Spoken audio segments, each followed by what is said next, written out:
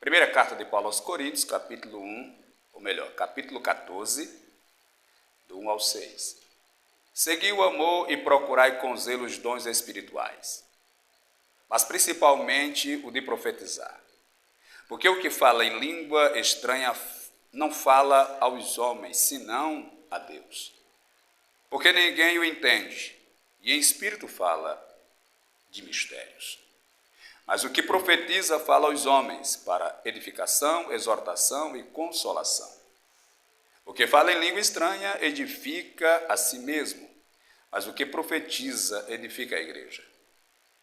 E eu quero que todos vós faleis línguas estranhas, mas muito mais que profetizeis, porque o que profetiza é maior do que o que fala línguas estranhas, a não ser que também interprete, para que a igreja receba edificação. Senhor Jesus, muito obrigado por esta noite, por essa oportunidade, pela tua igreja que aqui se une e se reúne, para te louvar, te exaltar, ouvir a tua voz, a tua palavra.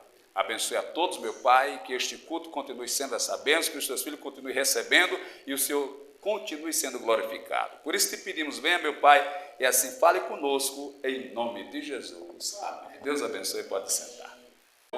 Glória a Deus. Existem 3 tipos de dons. 3 qualidades de dons. Existe o dom natural, o dom espiritual e o dom ministerial. São 3 classes: natural, espiritual e ministerial. O dom natural, todo mundo recebe. O crente, o não crente, o ateu, o santo, o pecador, o que crê em Deus, o que não crê em Deus. O dom natural todos recebem, porque é um dom natural. Por exemplo, o dom para quem pinta, um pintor, um escultor, um músico, um cantor, um engenheiro, um atleta, eles recebem um dom natural, independente de crer ou não crer em Deus, obedecer ou não obedecer a Deus. Esse é o dom natural. O dom espiritual é o dom dado para a igreja. Seria o dom eclesiástico, se eu posso assim dizer, que toda a igreja pode receber. O dom espiritual. A Bíblia diz que são 9. Não vou enumerá-los aqui, não lembraria de todos. O dom da cura, o dom da fé, da palavra da ciência, da língua, interpretação de língua, variação de língua, dom de maravilha, dom de revelação, dom de profecia. Esses dons são os dons espirituais que é liberado para toda a igreja. O dom natural, até o mundo recebe, porque são dons naturais. Mas o dom espiritual é dado à igreja. E os dons ministeriais são 5. Apóstolo, profeta, evangelista, pastor, doutor ou mestre. São os 5. Esses são os dons dados à liderança da igreja. Para os líderes da igreja são dados esses dons.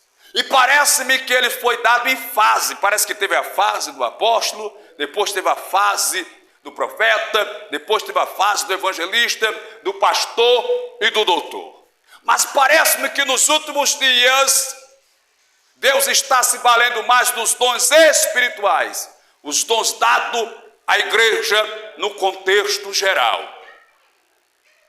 Para nós, os pentecostais, 2 dons se evidenciam, se destacam, aparecem com mais força, com mais disposição, são os da leitura que fiz.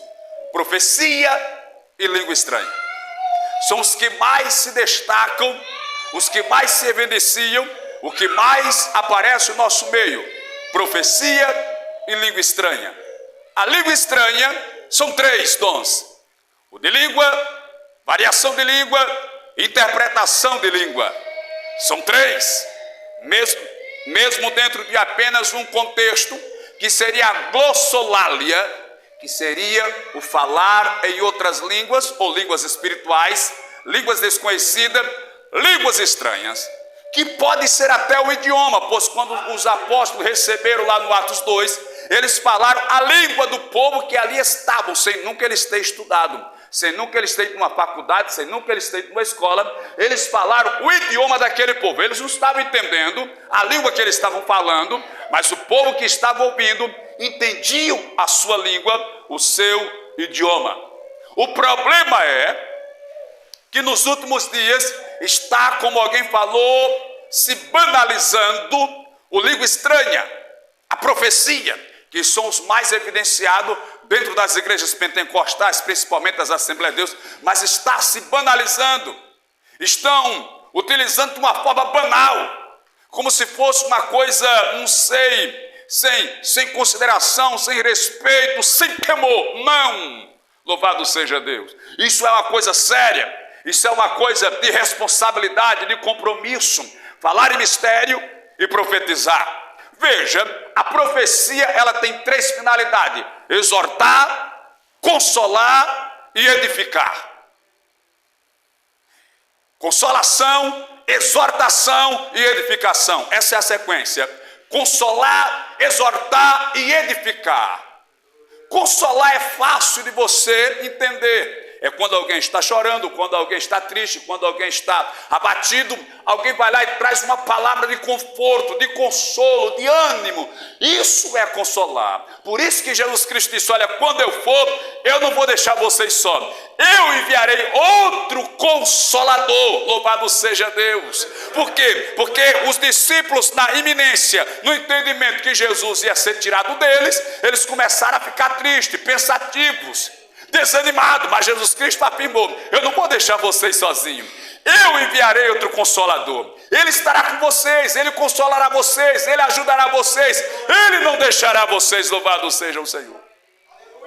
Então, depois da consolação vem a exortação. O que é exortar, pastor?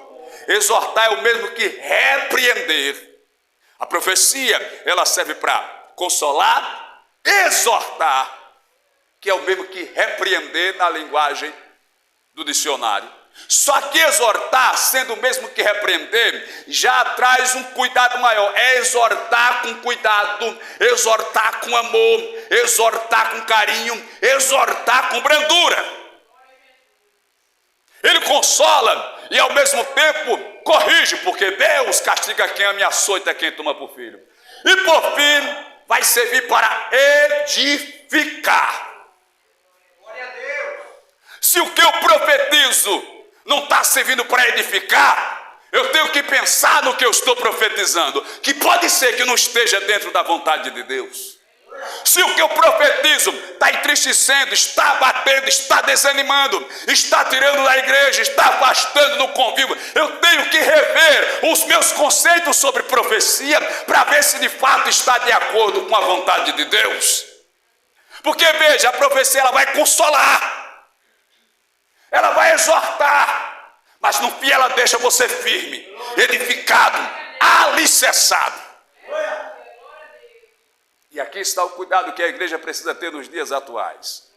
Graças a Deus nós temos obreiros maduros, obreiros inteligentes, obreiros gabaritados para pregar a palavra, e este é o nosso foco. Nós não queremos inventar, nós não queremos trazer invenções, não, nós queremos profetizar a palavra. Por quê, pastor? Porque a palavra é a verdade. E a Bíblia diz que se eu, você, nós conhecemos a verdade, ela nos libertará. Eu me assustei, irmão. Veja como é as coisas. A gente precisa ter cuidado, porque todos nós que temos celular, tem uma rede social, alguma coisa, e eu achei engraçado, mas eu repreendi na hora. Tem aqueles videozinhos que aparecem no Instagram e tal. Aí de repente eu passei um, passei outro, logo aqui, porque tem um pessoal que faz chantagem espiritual nas mídias sociais. Olha, se você passar esse vídeo, você não é de Deus, é porque Deus não é com você, e faz aquela chantagem, eu passo logo. Esse camarada não tem juízo, não. Mas hoje eu abri um, quando eu abri um, apareceu uma mulher com uma aliança na mão e disse: assim diz o Senhor, tem um homem apaixonado por você. Você está repreendido em nome de Jesus. Passa logo, passa logo. Que negócio. Essa não disse nem se no passado não era Deus. Foi já dizendo, pastor Aliança, tem um homem apaixonado por você, ele está repreendendo em nome de Jesus de Nazaré. Mas se a gente não tiver maturidade, irmãos, aparecem profecias de todo jeito, de todo tipo, que acaba lhe contaminando, que acaba roubando a sua fé. E como esse revelação ou profecia e língua são os que mais são utilizados dentro da igreja pentecostal, é aí onde a gente precisa vigiar. Precisa ter cautela. A Bíblia diz: examine os espíritos, as profecias. Por exemplo, profecia, irmãos. Eu já vi, um dia eu tive que, está com muitos anos, eu tive que prestar um depoimento numa delegacia civil. Foi um rapaz que entrou dentro da igreja, esfaqueado, e eles pediram para ir lá dar o depoimento. Graças a Deus entrou na igreja, fechamos a porta, e o rapaz que ia matar passou, está com muitos anos. E eles chamaram para dar o depoimento, que hora foi, como foi. Eu fui lá e contei a versão. E o escrivão que estava lá, ele começou a conversar comigo e disse: olha, irmão, eu também já fui da igreja, mas eu me afastei da igreja. Por quê, meu amigo? Porque um dia eu fui para a igreja e se levantou uma profetisa lá e disse que, eu não sei se foi para ele ou foi para a esposa dele, que aquela não era a esposa dele. E ainda indicou quem seria a esposa dele. Se eu não me engano, era a própria profetisa.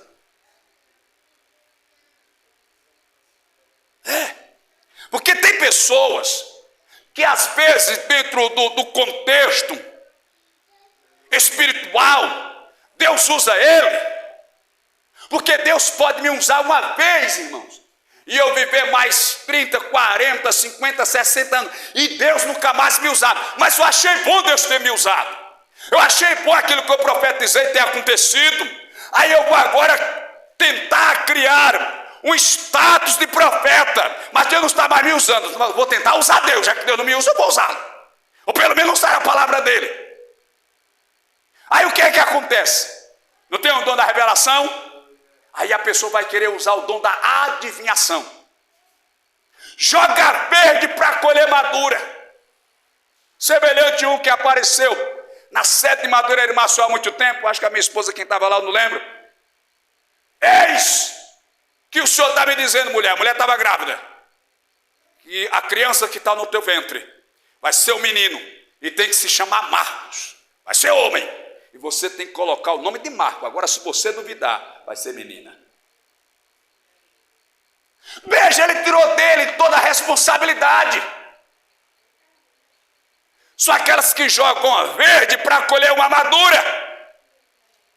Eles usam as artimanhas. Nós precisamos ter muita atenção. Graças a Deus nós vivemos numa cidade pequena. As igrejas têm uma certa maturidade e a nossa igreja também, mas nós precisamos estar atento a isso, termos esse cuidado, porque são profecias que às vezes destrói casamento, destrói igrejas, destrói ministério, destrói amizades, faz uma bagunça, irmãos. Glória a Deus, não por isso, mas porque ele merece glória. Mas a profecia, ela é para consolar, exortar e edificar. Não existe profecia mais segura, mais garantida do que a palavra de Deus.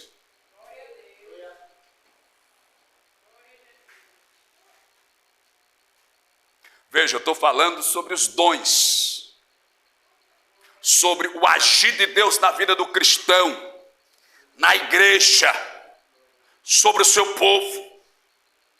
Tem uns dons naturais, do pintor, do cantor, do músico, do engenheiro, do médico. É um dom natural. O dom espiritual é o dom concedido à igreja. Mas veja que ele diz aqui: segui o amor e procurai com zelo os dons espirituais. Esse dom não é distribuído, feito pirulito no dia de São Cosme e Damião, não. Isso não é dado a quem procura. Veja, está escrito, não sou eu que estou dizendo, é a Bíblia. Procurai, glória a Deus. Segui o amor e procurai com zelo, com dedicação, com disposição, com afinco, com vontade, com coragem, com determinação, os dois espiritual, mas principalmente o de profetizar. Porque o que profetiza fala aos homens para consolar, exortar e edificar. O que fala a língua edifica a si mesmo. Ele deve falar se também tiver o dom da interpretação da língua, para que a igreja possa ser sabedora do que Deus está falando. Pastor, é proibido falar em língua no culto? Não. Mas não é o principal do culto. Não é a base do culto. A base do culto são duas: adoração e palavra. Adoração e palavra. É aquilo que alguém disse, que o culto, ele tem mão e contramão. É uma mão que vai e uma mão que vem. A adoração é a mão que vai para o céu, e a palavra é o que vem do céu para a terra. Louvado seja Deus. Isso é a base do culto. Glória a Deus.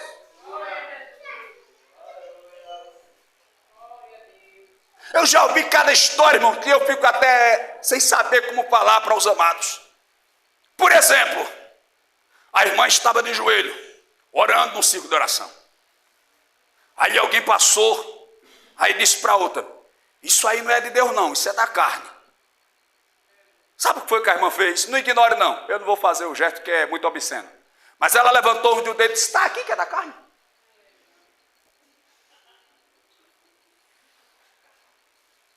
Imagine.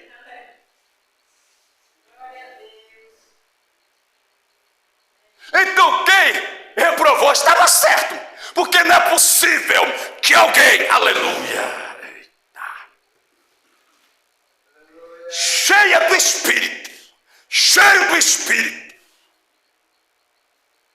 Olha, irmãos, o pregador, ele pode ser bom ou ruim, no sentido de eloquência, na sua capacidade de pregação, aleluia, mas isso não interfere na vida de um crente espiritual. Se o pregador for bom, ele adora. Se for ruim, ele adora do mesmo jeito. Se ele tiver unção, ele adora. Se não tem unção, ele adora do mesmo jeito. Porque quem é espiritual não depende de movimento, não depende de A, de B ou de C, para sentir, receber e se encher da presença de Deus. Não dependa de profeta, não dependa de vaso, dependa da palavra.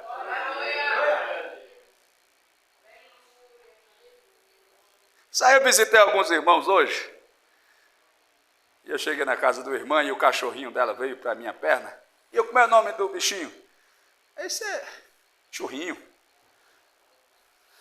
Cara, esse nome feio no cachorro, churrinho. Eu disse: não, mas esse tem que ser o nome do cachorro. O nome do cachorro tem que ser Piaba, Ventania, Jasmim, Cheque, Rec. O povo coloca o nome de cachorro de gente. Eu não acho isso muito bom, não. Um dia tinha uma irmã que congrega com a gente, ela congregou em Madureira, agora está com a gente. Ela botou o nome do cachorrinho de Balu. E o irmão Balu congregava com a gente lá, era de lá. E quando foi um dia, o irmão Balu foi na casa dela, irmão. E quando estava lá conversando, ele era candidato a vereador, foi vereador. Quando ele estava lá, e o Baluzinho chegou. Para fora, Balu! Eu disse: eita, seu Balu, me desculpe, foi a minha menina que não teve o que fazer, colocou o nome de Balu. Eu falo isso para dizer algo para os irmãos que aconteceu e foi, né, até que ele bota o nome de gente. Aí o rapaz foi e colocou o nome de Priscila da cachorra. E para onde ele ia, a Priscila ia atrás. E quando ele foi para a igreja, a Priscila foi também. Quando ele chegou na porta, que entrando, quando ele olha para trás, quem é que está ali? A Priscila. Aí tinha um profeta, meu irmão, no segundo banco. O profeta orando, aí de repente o profeta ouviu: Priscila, eu já não disse que não quero que você venha para cá, Priscila. Vá-se embora para casa. Se você não for, você vai apanhar, Priscila. Eu não gosto que você venha para cá, Priscila. Aí o profeta se levantou: eis que eu falo contigo, minha serva Priscila. Eu tenho visto a tua dor. Eu tenho visto a tua humilhação, Priscila. Mas permaneça. Eita, meu Deus do céu.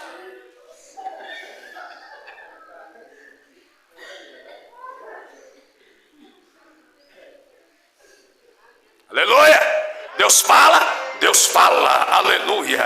Mas a Bíblia diz que quem tem ouvidos ouça o que o Espírito diz à igreja.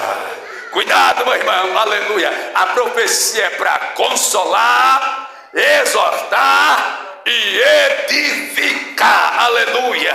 Repito, profecias que te deixam triste, que te deixam desanimado, querendo parar, querendo desistir, eu afirmo, aleluia, sem titubear, ali não está Deus, não. O que Deus fala até machuca às vezes, até fere, porque Deus castiga quem ama, mas é um ferimento que dá mais vontade de orar, que dá mais vontade de buscar a Deus, que dá mais vontade de ser fiel, que dá mais vontade de estar na presença, que dá mais vontade de fazer a obra. Aí alguém olha de fora e diz: poxa vida, ele foi ferido, ela foi ferida, foi machucada. Eu pensei que ia desanimar, eu pensei, não, quando é ferido pelo homem desanima, quando é pelo homem para, quando é pelo homem volta atrás, mas quando é Deus, causa mais energia, mais coragem. Eita, como é bom quando Deus corrige. Glória a Deus. Mas cuidado, estamos vivendo essa época em que as pessoas estão banalizando a palavra, a igreja, os dons, querendo status, nomes, fama, em cima daquilo que é para glorificar o nome de Jesus. Amém, queridos? Fique de pé.